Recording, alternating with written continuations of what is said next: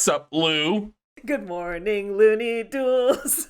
I got a feeling that we're gonna have a wonderful podcast.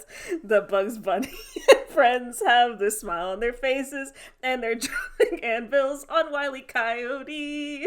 Ba ba ba ba ba ba ba ba. Oh boy, it's swell to say. Good morning, Looney Duels. Good morning, Looney Duels. All right, there you go. She had to write that down I did. a minute before the show started, and then barely made it through it. You were dying that entire time. I told you I had to write it out because I wouldn't remember half of it, and I'm like looking at my chicken scratch writing, and I can barely read it. It's bottom 3 intro, baby. Bottom? Come on. Worse than the freaking time I read just news articles at the start. No, that was the worst one. No, this was worse. Hi, everybody. Welcome to Looney Duels. This is a podcast where, you know what? I'm always explaining it. You explain it this time. You know what? If my intro is so bad, you tell me what we do. Whoa, it's Looney Duels. What? The newest, hippest podcast from the Ready to Start Show YouTube channel. In this show, join Ryan and Lewis, they stack up the Looney Tunes to determine who's the strongest. They'll look at abilities, powers, weaknesses, and they're in the id of the Looney Tunes to find out who would win in an all-out combat arena featuring all the Looney Tunes. Okay. See that? That's how you fucking do it. The kids at home, they looked up from their Subway Surfers Family Guy clips on their phone and paid attention for once. They sat their asses down and listened. I engaged with them. You don't think that they liked the American Dad parody? No, they loved me. I engaged with them. I got onto their level. They got onto mine. We were connecting. Okay. let's talk about some of the shorts we watched. Okay. So the first one we watched was called Mother Was a Rooster, and it features my friend and yours, the Foghorn Leghorn, who we all know and love and cherish, right? Respect, even? that just might be you. Well, I think that Foghorn Leghorn was the most, I don't know, likable short than he's ever been. Right off the bat, this is a weirdly sympathetic Foghorn short. He's usually not. He's usually the worst guy in any short he's in. But in this one, for some reason, Barnyard Dog is being a complete dick. Barnyard Dog's always a dick, in my opinion. No, but he's even more so. Foghorn usually starts it, so I don't blame him, and he usually just gets back with petty pranks. In this one, he's kidnapping children and bullying a fetus. He's on some shits this time. He's usually not like this. Yeah, so Barnyard Dog steals an ostrich egg from the zoo. And that never gets resolved. He brings the ostrich egg to the farm, lays it out next to Foghorn while he's sleeping, and he's like, this is gonna be good.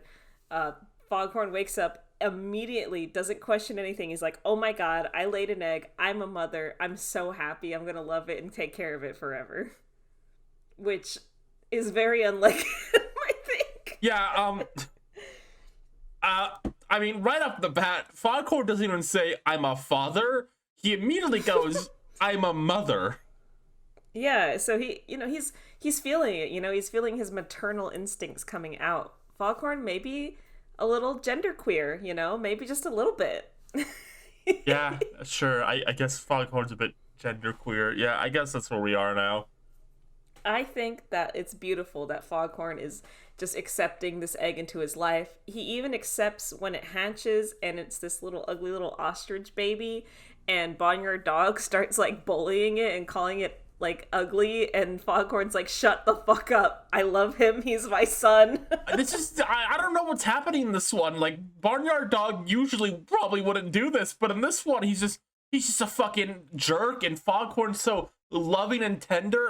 I had to update my notes because every piece of evidence we've gathered tells me Foghorn Leghorn hates children. He hates Henry Chickenhawk. He hates the rooster at the babysit. He hates baby chicken boy. He hates children. But for some reason, this one, he's menstrual cycle is going off, and he's like a mother. What's true is, in every other instance, Foghorn beefs with children, constantly. There's multiple shorts of him with, the little chicken boy, where he just is not getting along, is being like really judgmental, tries to enforce like masculinity on him, and like toxic masculinity. Much like Scoop. But yeah, yeah, just like Scoop. But in this one, for his little ostrich baby, he's like, everything his ostrich baby does, he like compliments him, even if he sucks. He's like, no, you did a good job. What's my little boy? And Barnyard Dog's like, yeesh, you're gonna look a load of these guys over here. And it's like, shh, grow up. Foghorn is happy. He has his cute little son, and Barnyard Dog just wants to rain on the parade. I don't get it. Yeah, it's so weird. Like, because we track stats in the show. We track personality traits, powers, abilities, and like, I thought I had a really good grasp on Foghorn until now, and I don't know how to update Foghorn at this point. I don't. What's happening here? Like, how do I adjust everything I know of this character right now? Okay, in any other instance where he's interacted with a child, has he ever thought he was the parent of it? No. It has to be that then, right? Like, he thinks the ostrich is his flesh and blood. Okay. So, even though he's stupid and can't realize that it's an ostrich, like, very clearly, he thinks it's his, so he's so, like, forgiving of it and loving of it. Okay, so that's actually maybe potentially a weakness of his now. It's like, consider this. Like, what if Tweety Bird, loses Granny and he needs a new protector?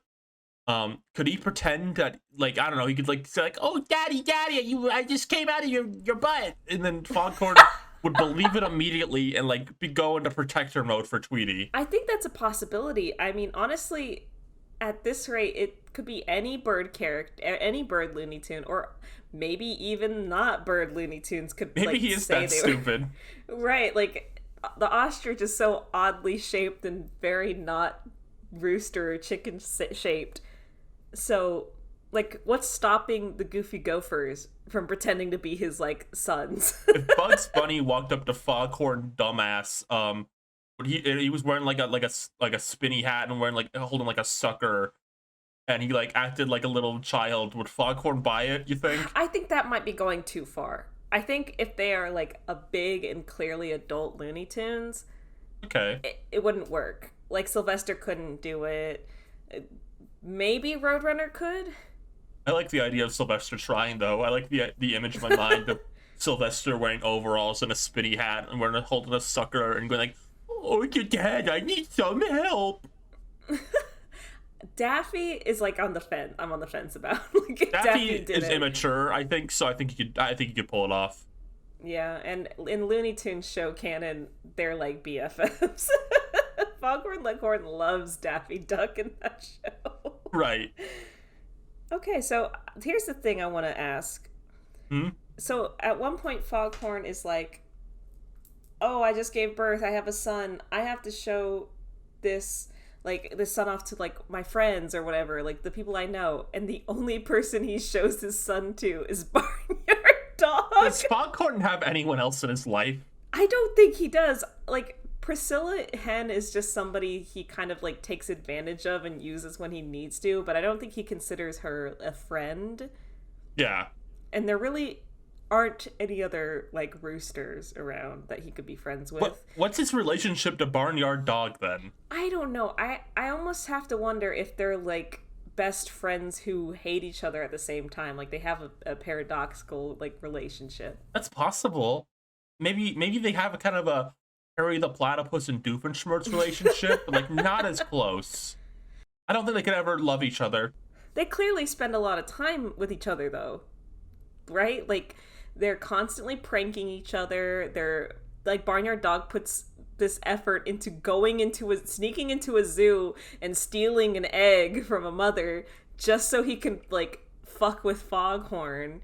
Like, that's some sort of, like, obsession level shit. Like, it's not convenience. It's not a convenient relationship. It's one that they actually both put, like, work into. They're, like, kind of like Sherlock and Moriarty from BBC No, Sherlock, you know? You're kind of right. Not BBC Sherlock, but from actual Sherlock. No, but from BBC Sherlock. BBP Sherlock. No, but you're kind of not wrong. They're both like stupid also. They're like if Sherlock and Moriarty were stupid. Yes, exactly.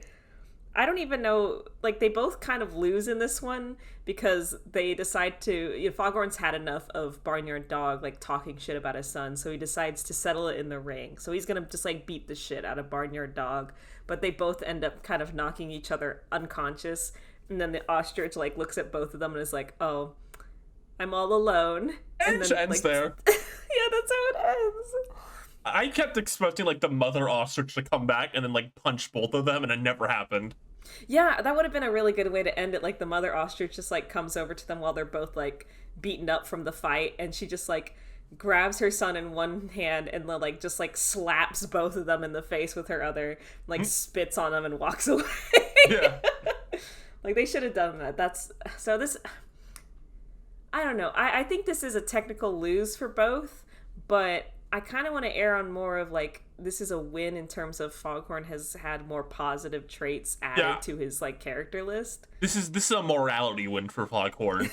Yeah, he was fighting to defend his son's honor.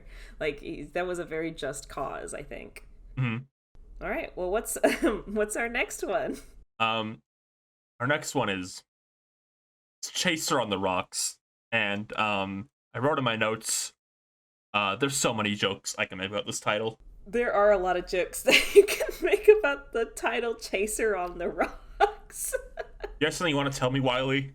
Something about Rotor I should know? So, this short is par for the course in most parts. Mm-hmm. However, it had brought something to my attention that has been in almost every single Roadrunner short we've seen that I don't think we've actually spent the time to talk about. Okay. So here's the thing. Most Looney Tunes have abilities that kind of defy reality, right? Like, yes. Stuff that is just, you can hand wave it with, it's just cartoon logic. Roadrunner is no different. When Wily paints a tunnel on the wall and Roadrunner goes through it, and then when he tries to go through it and hit himself, that's cartoon logic. Roadrunner is That's funny stuff. Yeah, the Roadrunner is not consciously making, like, this decision that he is going to bend reality. It's just something that happens for him, almost. Mm-hmm. At least, that's what I used to think. In this short in particular, there are a lot of instances of Roadrunner just, like, bending reality in a way that's not... It can't be just hand-waved as, like, cartoon logic. There is a point in this short where it's really hot, which is a reoccurring theme, and Roadrunner is bathing in, like, an oasis. He's, like, splashing in the water. He's like very pointedly, like, interacting with it. Wily walks over, like, so excited. He goes to jump in the oasis, and it all of a sudden just kind of, like, fades away. It turns into, like, a pit where he falls down. Of course, he falls down. A really long time. Yeah, but then it, like, cuts back to Roadrunner in, like, the oasis again, and this time the oasis is real. Like, Wily comes over to it and actually, like, drinks from it. It's, like, a real thing. What does that mean? There's also a moment where Wile E. Coyote paints a dynamite stick to look like lemonade, and so Roadrunner comes over to it, picks it up, which we hardly ever see him use his, like, feathers as hands, but he uses his feathers as hands, picks up the lemonade dynamite stick, and drinks from it. Has a refreshing drink, and then puts it down, and then when Wily comes over, it blows him up in the face or whatever.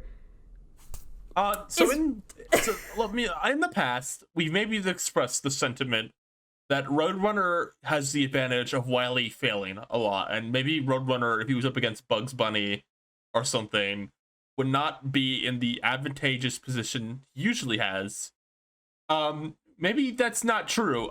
Maybe perhaps Roadrunner is some sort of world-altering demigod person who can do whatever he wants when he wants. That's the thing that's kind of scary about it, is before I kind of just, like, took it as more the story is bending to a way that makes the Roadrunner like win all the time. Like kind of the world revolves around this conflict and Roadrunner has to win. Roadrunner always has to win.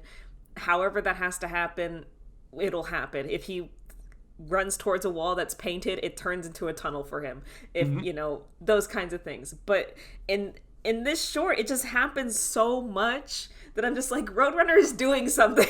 He's doing something to make this happen. Whether subconsciously or consciously, he is like doing something to the world, to reality. Maybe he has like some sort of ability that helps him do that. I think it's worth considering Roadrunner might be some sort of form of like greater power. Honestly, I think for a long time we've considered maybe him just being a normal cartoon funny animal. I think this changes the game. I think Roadrunner might be some sort of creature. Maybe Roadrunner doesn't even know. Maybe Roadrunner was bestowed with these powers and isn't like fully aware of it. And it like he doesn't think twice about the fact he does the things he does. It's just normal to him. But like everyone else is terrified of him. Nobody wants to get near him. And Wile E. Coyote is the bravest man alive for doing it. This is a man versus God story now. Well, that's what I was like thinking. Are you saying that like Roadrunner is kind of like whatever he is, if he even really is a Roadrunner, he's kind of almost like a juvenile, like of whatever like thing that he is, and he's like coming into his powers, and he's only going to get more powerful. He is like a 20-year-old god who would live to be 1 million years old. He's young. Yeah, exactly. Fetus still. He's young for his whatever, but Wiley is he just doesn't know. He's putting up with this like reality bending psychopath. No, I disagree. I think he knows. I think he knows. I think Wile E. Coyote is a brave, powerful warrior. And he's powerful. I don't know about that. Okay, well, he's a warrior, and I think this is a man versus God story. Like this is kind of like Greek. Like I don't know. Yeah, it's kind of Greek. I think Wile E. Coyote is still stupid. There's nothing like that. But I think he's aware of what he's going up against, and maybe there's a greater reason. Maybe the reason he doesn't order a damn pizza is because he knows he has to kill Roadrunner before Roadrunner becomes aware, like self-aware, and dooms everyone. Because Bugs Bunny is self-aware of his powers. He knows when to use them and when to hold them. He's not a threat to the universe. Roadrunner is. Roadrunner unchecked could be very dangerous. Yes. But he'd have to become self-aware of that, which right now we don't know if he is or not. Right now he's not. He's still stupid baby demigod. I think the thing that would signify him being self-aware is if he left the desert. Like, he's having a good time. He's kind of just enjoying whatever life he's made for himself. And he doesn't really see himself as having, like, a higher purpose. Mm-hmm. But as soon as he becomes self-aware, he's going to, like, say, bye-bye, desert, leave. And Wiley has lost. Like, he's lost his war against the god, and the world is doomed. He's failed to contain him. Yeah, exactly. He has to keep, like, entertaining him and keeping him, like, occupied almost. Until he can figure out how to get him, like, for real. Mm-hmm. Anyway, Wiley lost. Yeah, Wiley lost. Not even a question. Whatever, who cares? The eternal toil of Wile E. Coyote. Maybe I have some more respect for him than I used to, considering what he's up against. He can't swim, by the way. He can't? I don't remember that. When he falls into, like, the oasis, he, like, drowns. Oh, that's right. He, like, drowns twice. I don't get that one. He wants the oasis, then he doesn't get it, and he's sad that he finds the oasis and he falls in. Then he, like, can't swim, question mark. Then he, like, leaves it, but he still has scenes where he's, like, baking in the sun and, like, the dying. The format of this one was confusing. Like, all the jokes involve water or dehydration, and the last one's just a normal cannonball joke. I don't get it. Well, goodbye, Wiley, Earth's strongest and most bravest warrior. Until next time. Until next episode when we watch you again. Alright, Tweety's Circus. What's with all these Sylvester shorts lately where it's mostly like Sylvester versus another animal and Tweety's just around? Okay. I don't care about anything that happens to the short till the very end. Like, who cares? He goes to the circus, fights the lion. I want to talk about the end. Okay. I have a new theory. Okay. Okay, so actually there's two things. There's two things in the short. One, Tweety Bird is labeled as a Tweety Bird. implying Tweety Bird is a species. And at the end, Sylvester the cat is clearly dead. He dies. Tweety Bird says 50 lines in one cat in one cage, and then he goes 50 lines, implying Sylvester dies. And we have seen multiple Sylvesters die. I want to propose a theory. Okay, I'm hearing. I'm interested. I think there's more than one Sylvester the cat. I want to get that out of the way. That's the basis of this theory. I think we never follow. The only Sylvester we follow that's consistent is the one that lived under Granny with Tweety. That's always the same Sylvester. Okay, got it. But wild Sylvesters and Sylvesters that don't live with grannies are different characters. They're new. They're different. They're different members of the Sylvester family. And there's just an ongoing war between like the Tweety Bird is the natural like prey of the Sylvester family, but like the Sylvester family is dying out because they keep losing the Tweety Birds. They keep dying. They're not eating, and it's just slowly becoming more and more of an extinct species of cat, the Sylvester cat. I agree, because the way that this short starts is Sylvester's really excited to see the circus. He goes into the circus, passes by Tweety Bird's cage, and like gasps and is like, oh, a Tweety Bird, like one of them, like one of the Tweety Birds that has been like haunting and fighting against my family for years kind of situation. Mm-hmm. I think this theory has legs. I think it does, because we've seen Sylvester die a lot. And I want to propose my concept. I'm gonna pitch a Sylvester and Tweety movie. Okay. The Grand Sylvester, the oldest one, the one from the very first Sylvester and Tweety short, he's still around. And he decides, enough is enough. We're all working together, just one at a time, to make sure each remaining Sylvester gets one of the remaining Tweeties. And one by one, they actually do it. The power of all of them working together, they get all the Tweeties, except one. The only Tweety that's left is the Tweety that lives with the Sylvester and Granny. And Sylvester has to overcome a moral choice. Does he participate with the genocide of the Tweety Bird species, or does he abandon his family? And it's like this dramatic movie experience where Sylvester is stuck between two worlds, and Granny's there too. She's also in the movie, and Granny's also part of it. It's really dramatic and like interesting and like introspective. Yeah, and it's like it's not for kids; it's for adults. Yeah, this is for me. This is for the adults. Okay, leave the kids at home. Because this is gonna get dark really fast. Yeah. I think that if there was a grand council of Sylvesters that using all of their like cunning and kind of like making sure that they're not their own worst enemies, they could probably get a few Tweeties. Like, it's not impossible. They could probably do it if they like were there to check each other. Like when one gets a Tweety in its mouth, they go, okay, now start biting and chewing and swallowing like now. That's the idea. They all work together. There's like 30 Sylvesters all at a time, always working together. I mean, I guess one Tweety. I mean, I honestly think, like, we've seen a short where Sylvester has had, like, 5 Sylvesters with him, but they just gotten away with each other. But I think if you had, like, 30 of them, it would almost, like, counterbalance that issue. Like, it would just go in the other direction, where you could have them kind of, like, a little bit more competent, like, the higher volume you get. There's, like, if you have 1, it's not so competent. If you have, like, 5, it's, like... and then if you have like 30, it's like, okay, that's the sweet spot. That's how many Sylvesters it takes to kill a Tweety Bird. Yeah, and that's the plot. Well, we gotta pitch this to Warner Brothers.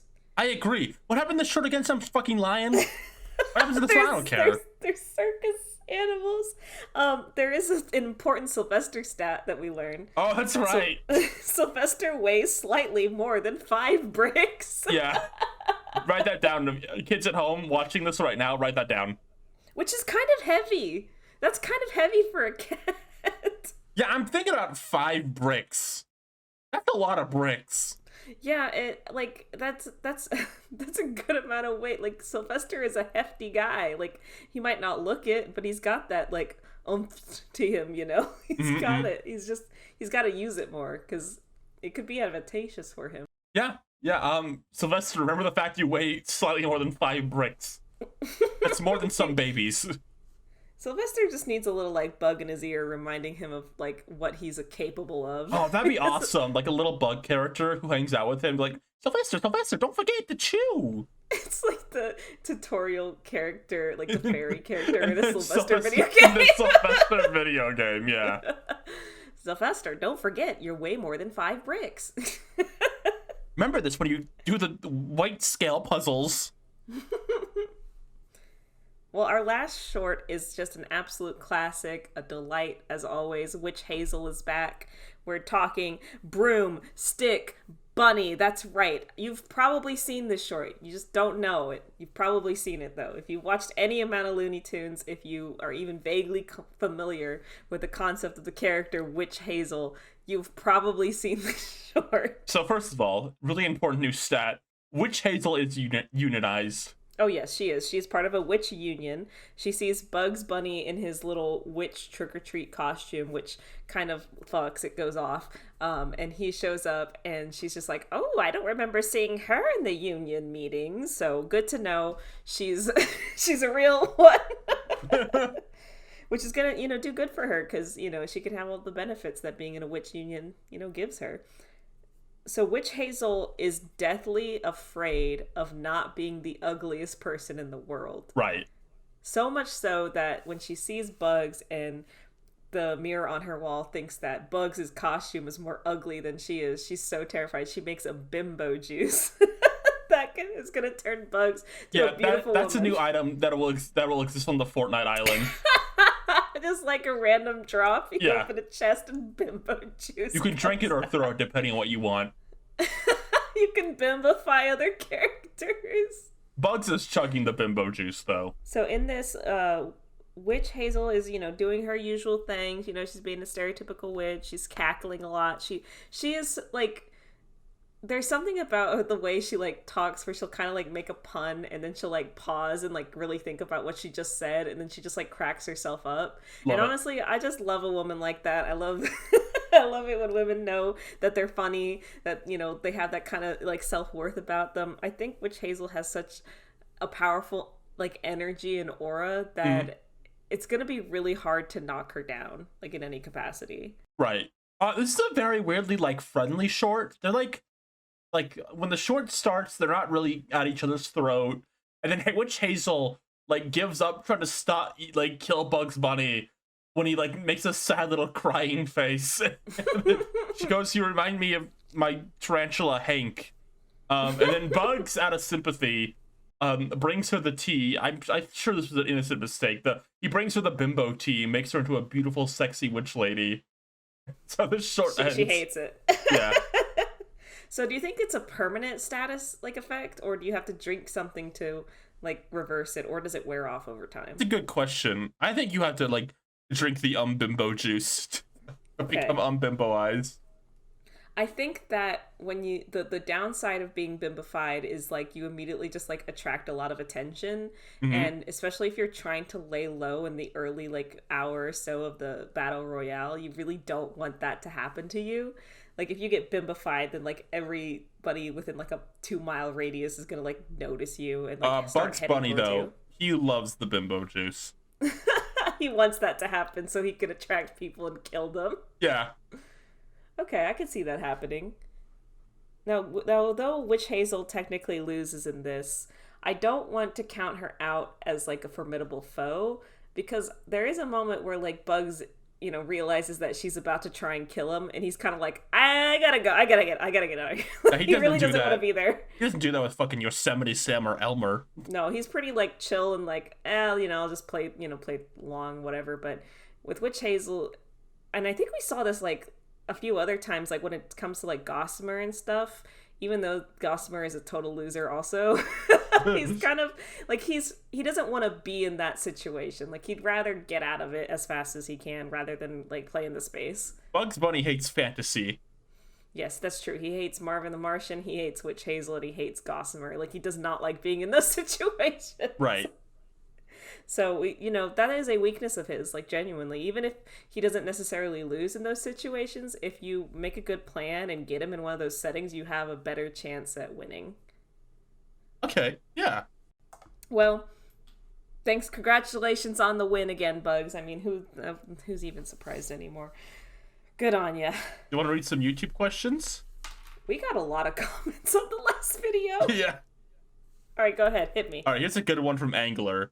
Now that Elmer has indeed bested Bugs Bunny on at least one occasion, are there any other loser characters you could potentially see getting the upper hand?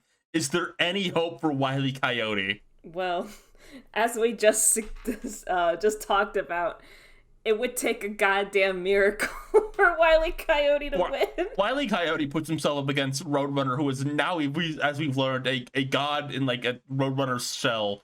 And the other one is Bugs Bunny. Bugs Bunny. Like, I don't even explain that. He's setting himself up for a loss. He would need to like, there would need to be out of nowhere like a Wile E. Coyote and like a Daffy short for him to win. Yeah, it'd have to be something crazy like that. Roadrunner is too much of an enigma right now for us to really think about truly defeating him or what that would look like. Because Elmer defeating Bugs is like funny in a way. I think if Wiley ate the Roadrunner, like, that's not that funny. Is the thing. So, I don't know. I think Sylvester the cat, like, we get more Sylvester on the farm shorts. I think he could win there. Yeah, he like almost won against Foghorn that one time. Yeah. Almost, but not quite. I agree. Yeah, Sylvester, I think he's the most likely of the loser Looney Tunes to win one. Oh yeah, absolutely.